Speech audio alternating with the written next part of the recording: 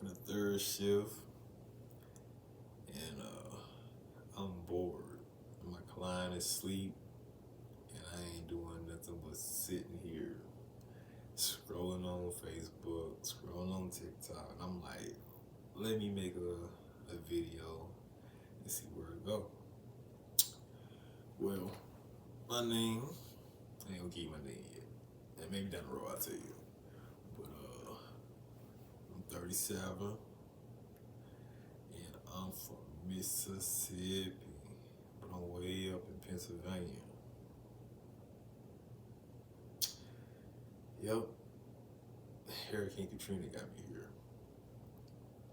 Let me see, I was just turned 18, and I was living on my own. I was living on my own, but I was trying to live on my own. I was living with my brother in Gulfport, Mississippi, and I was being bad. I wasn't like a bad kid. It's just I was just misunderstood on a lot of things. My communication skills wasn't there at all. Like I did a lot of moving around, but I ended up dropping out of school. Missed too many days. It's just I just moving around a lot as a kid. I really didn't, when you relocate someplace, you just sometimes you fit in, sometimes you don't, you know. Especially when you're moving by yourself, and like no family around. And just had relationship problems, but I ended up getting kicked out of school, missed too many days of school. But I ended up getting a job right after that, and I became a bricklayer. And it was hard work. I was working in the Bluff. Like the Bluff is like some hills. Like they'll build a house in the weirdest spot. Like I don't get that. They'll just build a house on the side of a hill, and they'll make it happen. But anyway, that job worked out, and I was like, I said I was working there for like a month, and maybe like a month and a half, and then all of a sudden we see this little red dot out there in the ocean on the news talking about Hurricane Katrina is like a category 3. I didn't think nothing about it because just a few weeks before that, or a month or whatever, a hurricane came through, went right by.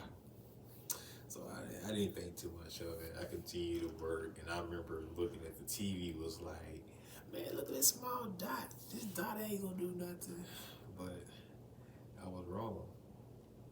I remember the day before the hurricane hit. I didn't think nothing about it. I was like, I gotta go to work because I'm trying to get my own spot. I just got kicked out of school. My brother was like, fed up with me because I was bad. I wasn't bad. It was just like, just misunderstood on many things. Like, I just didn't like being in school at the time. My mind was all over the place. But he was like, come on, let's go. I was like, I gotta work. Monday, or whatever day it was, I gotta work. He like, bring your ass on. And I didn't think to grab all my things because I didn't take it serious. All I grabbed was a hat, a shirt, and a pair of pants. Not to know, that was my last time there. I didn't see my room again. I didn't even see the house I was staying in again. I never returned until like almost 10 years later. But like it was the best thing that kind of happened to me in a way. You go from getting kicked out of school to finding a job, and had I had the deadline with my brother's house because my brother like, you gonna be grown? You better get out of my house. And I was like, all right. So that's when the job came along. But Katrina hit and wiped out everything, and I had $200 to my name. And after the storm, no matter how hard I try to spend that money, I couldn't spend it. I couldn't spend it. And, like the emergency responders was like, they had the right of way to go ahead of all of us. Like, they cut line for the gas line, they cut line to go in the grocery stores. And it's like the patience of just waiting on to go grocery shopping saved me from spending my money, which turned into gas money to get to Pennsylvania. So, with my girlfriend I was talking to during the time, we was like, we was young. She was 16. I just turned 18. She was about to turn 17 soon too. Turn 18 soon, so we was good. But she came to me and was like, your house is destroyed. My car is ready to be packed. I want to know, do you want to come to Erie with me? And I'm like, Erie? Like,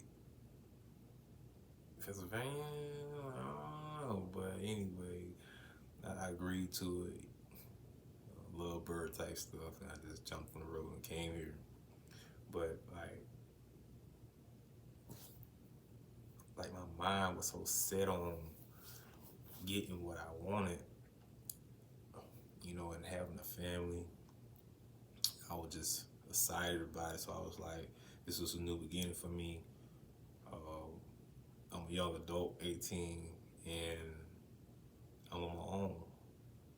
I'm about to get my first apartment. And it didn't happen right away, but because of Hurricane Katrina, they made us refugees. They called it like we were refugees, like we lost everything in the storm. I'm like, ain't no refugee. But anyway, they hooked us up. I got my first apartment. It was like rent free for a whole year.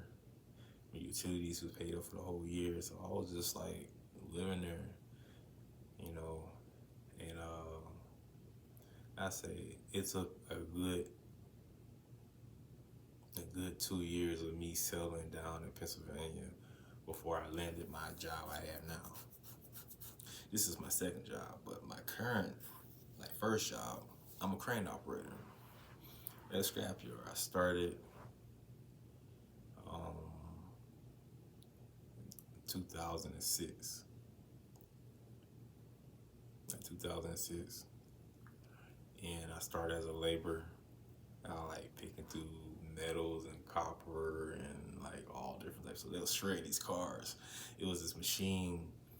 It was like a big shredding machine. It had 4 rows.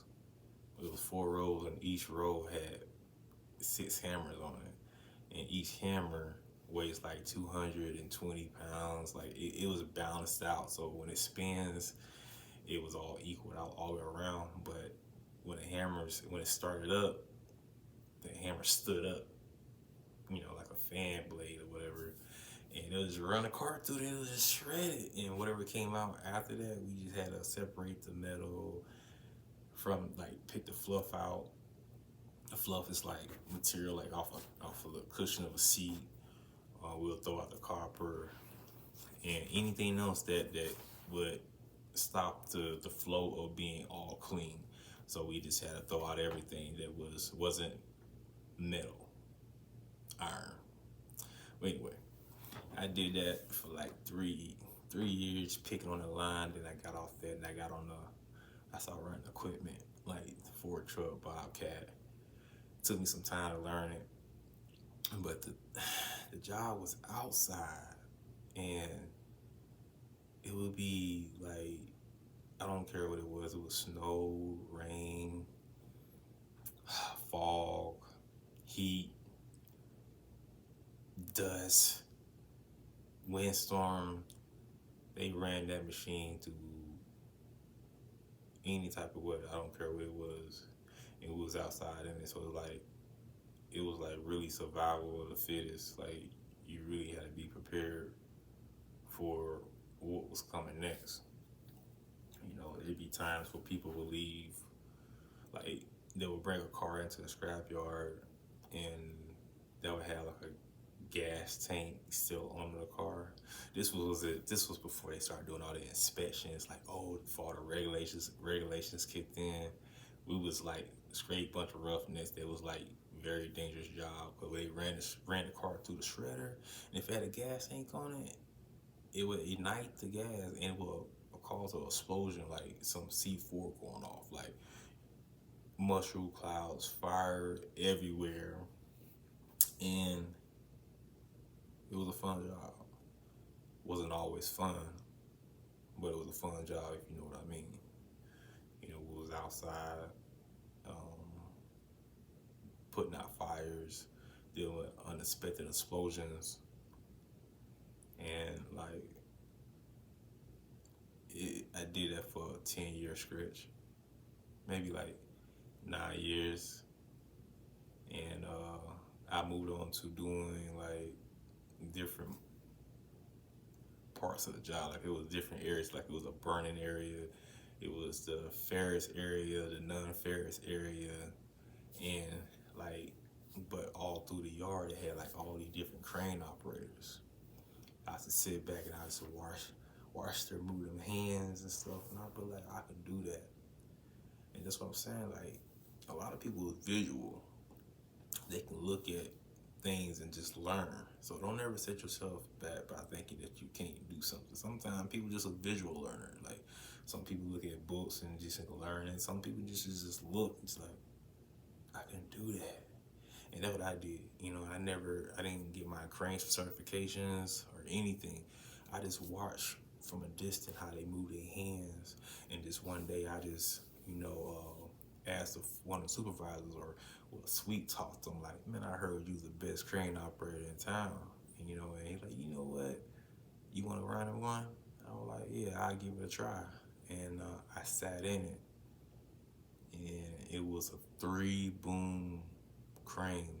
It was 3 arms, and you had to control 2 of the arms on one joystick, and the other on the left side. And it was crazy, but it took me a good 2 weeks to really get the foundation, like to understand what the crane could really do. But I got it down pat. But it took time to really become one with the crane. Like my first few months of years of running it, I was like scared all the time. Like, ooh, that was close. But now it's like walking through the park. Like I'm the best crane operator I can be. And like I started from the bottom and I worked my way all the way to the top. And I was gonna say, like, if there's anybody out there, like especially young people who didn't graduate school and don't think they don't got a way like to being successful, yeah, of course school is needed, but if you didn't take that route, there is a harder way that I don't recommend if you had a choice to change your life now. But if you got to, you can put that that heart to use, because that what really kept me going was having heart and my mind on a goal, like, and raising my kids and taking care of my family and having something in life.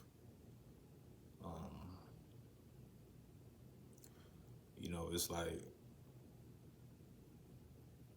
you just got to give up your time. So this was gonna happen. I'm gonna make these like a couple of videos. I'm gonna make like a part 1, part 2, and I'm gonna continue talking about many other things. And like, if people get interested, man, I'm just gonna keep going. I'm a cool dude. I'm trying to come up with some great content, and I just hope this works out for me and for y'all, and whatever else y'all want to ask questions about my little blog or whatever you want to call it, life story, journey. Even feel free to just ask. but I will continue to talk about other things that catch my mind, my interest, and maybe y'all can relate, and or maybe I can help somebody, or somebody can help me out. You know, I'm always open for new information. You know, broaden the way I think. So hey, first video, first YouTube video, and much love to everybody, man. Stay up and stay blessed.